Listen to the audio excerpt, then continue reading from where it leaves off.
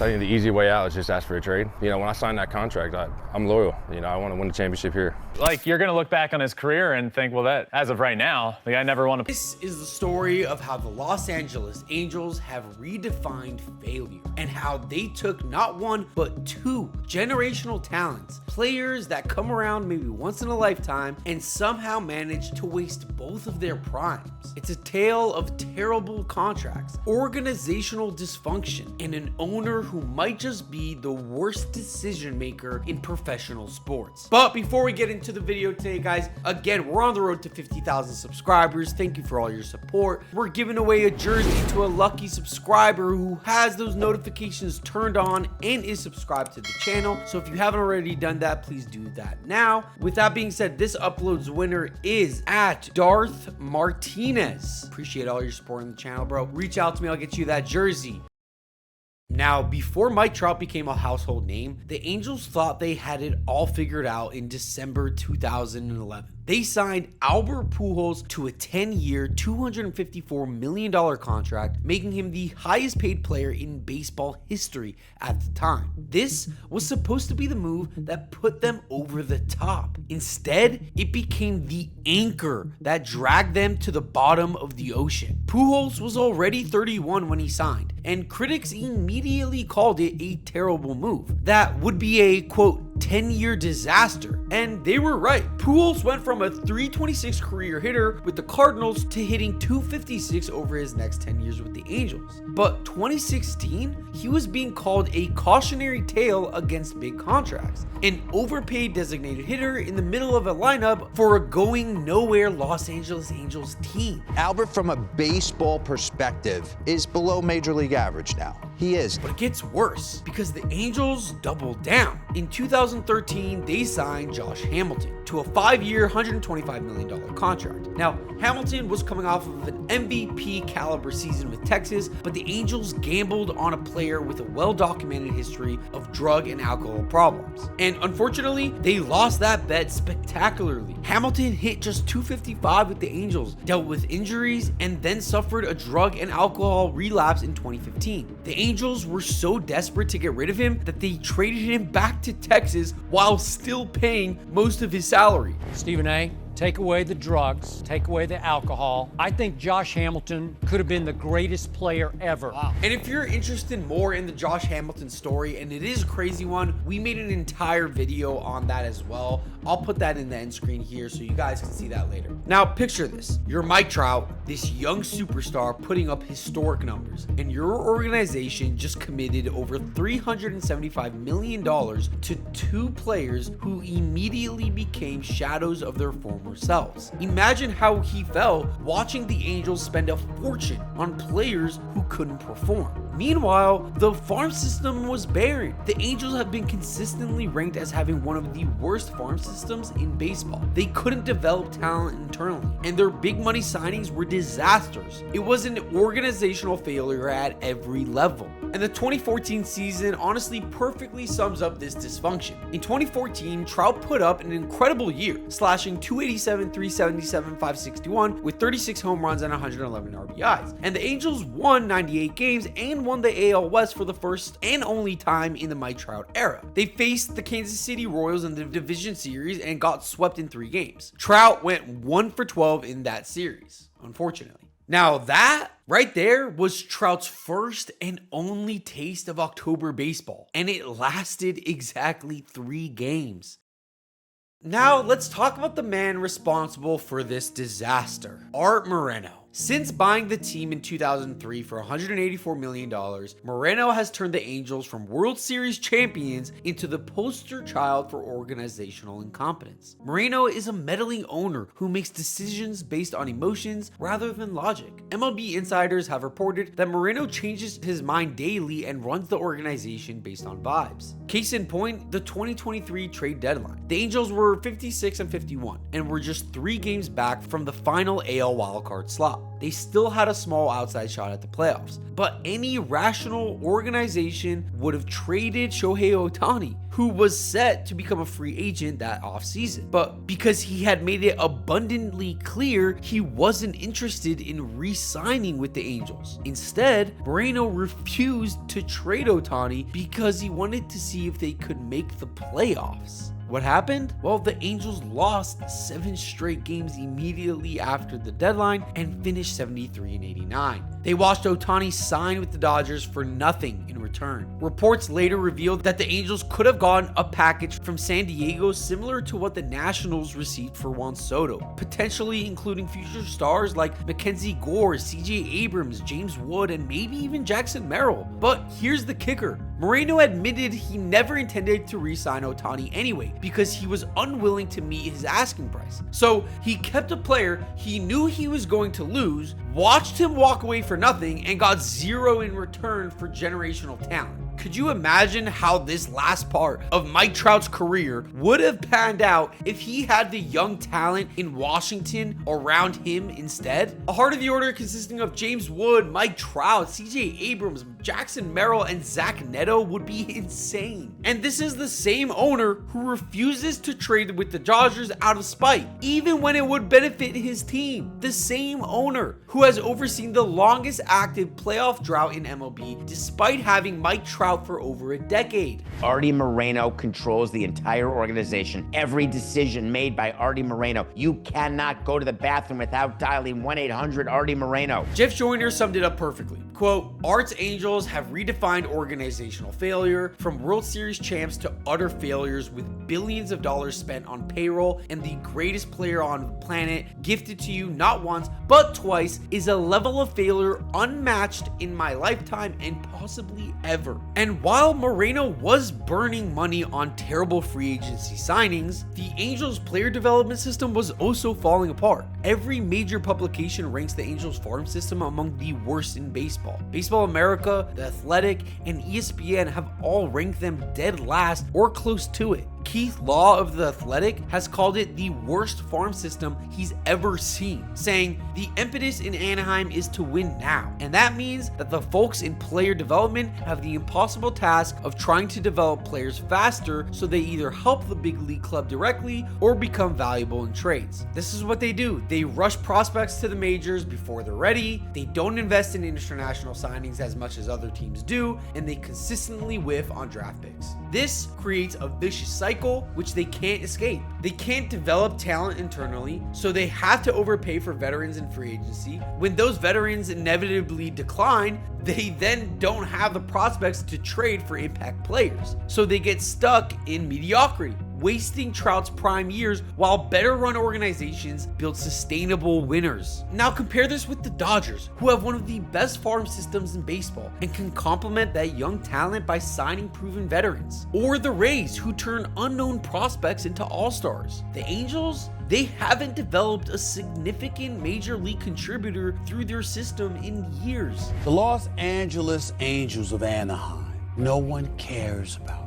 Now, you could argue Zach Neto, but he was as close to a finished product as anybody else coming out of the draft. And just when you thought the Angels couldn't possibly make another catastrophic signing, they outdid themselves. In December 2019, they signed Anthony Rendon to a 7-year, $245 million contract. Rendon was coming off an incredible 2019 season where he hit .319 with 34 home runs and helped the Nationals win the World Series. On paper, it looked like exactly what the Angels needed, a star third baseman to complement Trout and the newly arrived Ohtani. Instead, it became the worst contract ever given to an MLB player, probably ever.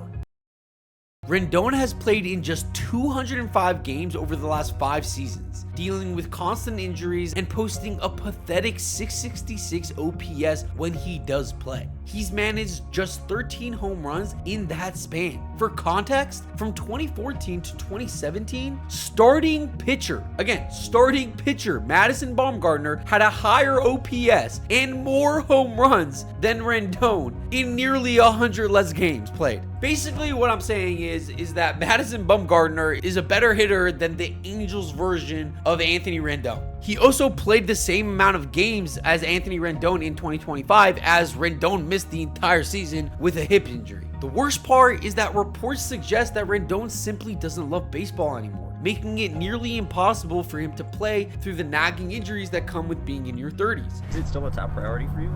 It's never been a top priority for me. This is a job, so I do this to make a living. The Angels are paying him $38.5 million per year through 2026 for a player who can't stay on the field and doesn't seem to care when he is. The Angels are literally paying $38 million for nothing. For reference, Rendon is the 8th highest earner in all of Major League Baseball if you include total earnings. What did you say? I just see it. Yeah, you called me a yeah, you did.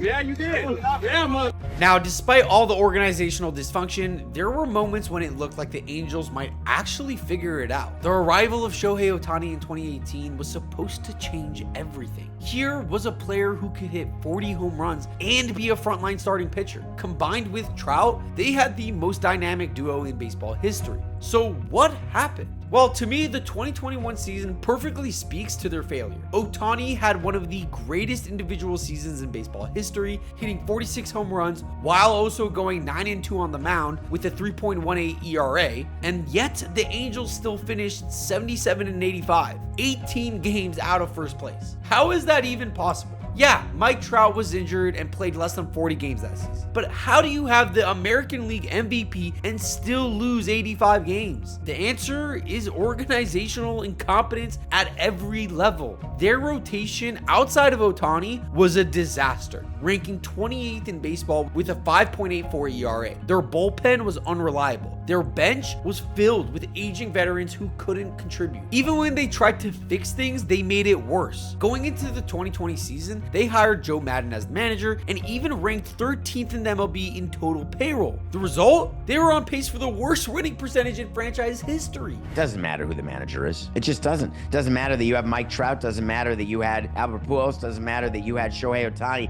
None of it mattered. Now, there's a perfect tweet that sums up the Trout Ohtani era, and it's this. Every time I see an Angels highlight, it's like Mike Trout hit 3 home runs and raised his average to 528, while Shohei Ohtani did something that hasn't been done since Tungsten Armour Doyle of the 1921 Akron Groomsmen as the Tigers defeated the Angels 8-3. Now, this post was funny for 2 reasons. 1, because it's true, but 2, because we knew the Angels weren't going to do a damn thing to try and change it. And here's what makes the story even more tragic. Mike Trout could have demanded a trade years ago. He's earned that right. But he remains unwavering in his commitment to the Angels, even as the organization behind him continues to fail him. Former teammate Torrey Hunter says, for people that say he doesn't want to win a championship, that's 100% false. Nobody is more competitive. Nobody is more hell-bent on changing the narrative. And to that degree, Trout signed a 12 years, $426.5 million extension in 2019, committing to the Angels through 2030. Now, since signing that deal, the Angels have rewarded him with 0 playoff appearances and 0 winning seasons. The easy way out is just ask for a trade. You know, when I signed that contract, I'm loyal. You know, I want to win a championship here. Jared Weaver, Trout's former teammate, explained his loyalty. Quote, he signed here. He knew what he was getting into and he wants to stay here. Like he said, it would mean even more to win here after people are saying he should leave. But that loyalty is being wasted. Trout has missed significant time in each of the last 8 seasons due to injury, and now he's 33 years old. His prime is slipping away, and the Angels are no closer to contending than they were when he was 20. The 2023 season should have been the Angels' last best chance to do something special. They had Trout when he was healthy and Ohtani in his prime. Instead, the season was a failure by August. The Angels started that season strong, but fell apart after the All-Star break. They peaked at 56-51 on deadline day, actually. Still mathematically alive for a playoff spot. But just 4 games above 500? Really? That's your peak? Any smart organization would have looked at their situation and traded their superstar for a massive haul. But instead, Moreno made an emotional decision. He traded away prospects to acquire players like Lucas Giolito and Reynaldo Lopez, mortgaging the future for one last desperate push. And we all know how that season and saga ended. Artie Moreno and why he is the one blame because he's the one, of course, as the owner, overseeing all this. He was the one who did not take full advantage of the economic benefits. He's the one who did not allow his front office to trade Ohtani, and of course, he's the one who ultimately did not sign Ohtani either. And things, of course, only got worse from there. In 2024, the team posted a franchise record 99 losses, finishing dead last in their division. Meanwhile, Ohtani was busy winning another MVP with the Dodgers and helping them reach the World Series. For the Angels, the farm system remains the worst in baseball. They have no significant prospects on the horizon, their payroll is crippled by terrible contracts, and their owner continues to make decisions based on emotion rather than logic. The Angels front office from 2012 to 2024 has failed so spectacularly that they should be charged with crimes against baseball. It is truly heartbreaking to see not just one, but two generational talents fail to win anything because their organization couldn't provide any support. In the end, the Angels' failure to build around Mike Trout and Shohei Ohtani represents one of the greatest organizational failures in professional sports history. They had lightning in a bottle twice, first with Trout, then with the Trout and Ohtani combination, and somehow managed to waste both opportunities. The saddest part is that Trout is running out of time. He's 33, he's dealing with more injuries, and he's trapped on a team that shows no signs of improvement. As one writer put it, Mike Trout is an inner circle Hall of Famer, perhaps one of the 25 best players in Major League Baseball history. But close your eyes. Most casual fans can't even remember the last time they saw him play in a meaningful game. But there is a small chance that's all about to change. Recently, the Angels traded Taylor Ward to the Orioles for Grayson Rodriguez. And I'll be honest, the Halos fleeced the Orioles. Ward is a soon-to-be free agent. We know the Angels won't pay him, so they shipped him off for a young starter with tons of potential. But if only they did that with Shohei Ohtani as well. Maybe after his billionth mistake, Art Moreno is learning. Maybe someday, somehow, Mike Trout will get his moment in October. But with each passing season, that dream gets a little bit more distant. And that's a tragedy not just for Angels fans, but for everyone who loves baseball. Because greatness this pure shouldn't be wasted, and the Angels have wasted it twice. But what do you guys think? Is this the worst organizational failure in baseball history? Or is there another team that you think has fumbled the bag more? Let me know in the comments below, and don't forget to subscribe. Appreciate you guys. I'll see you on the next one.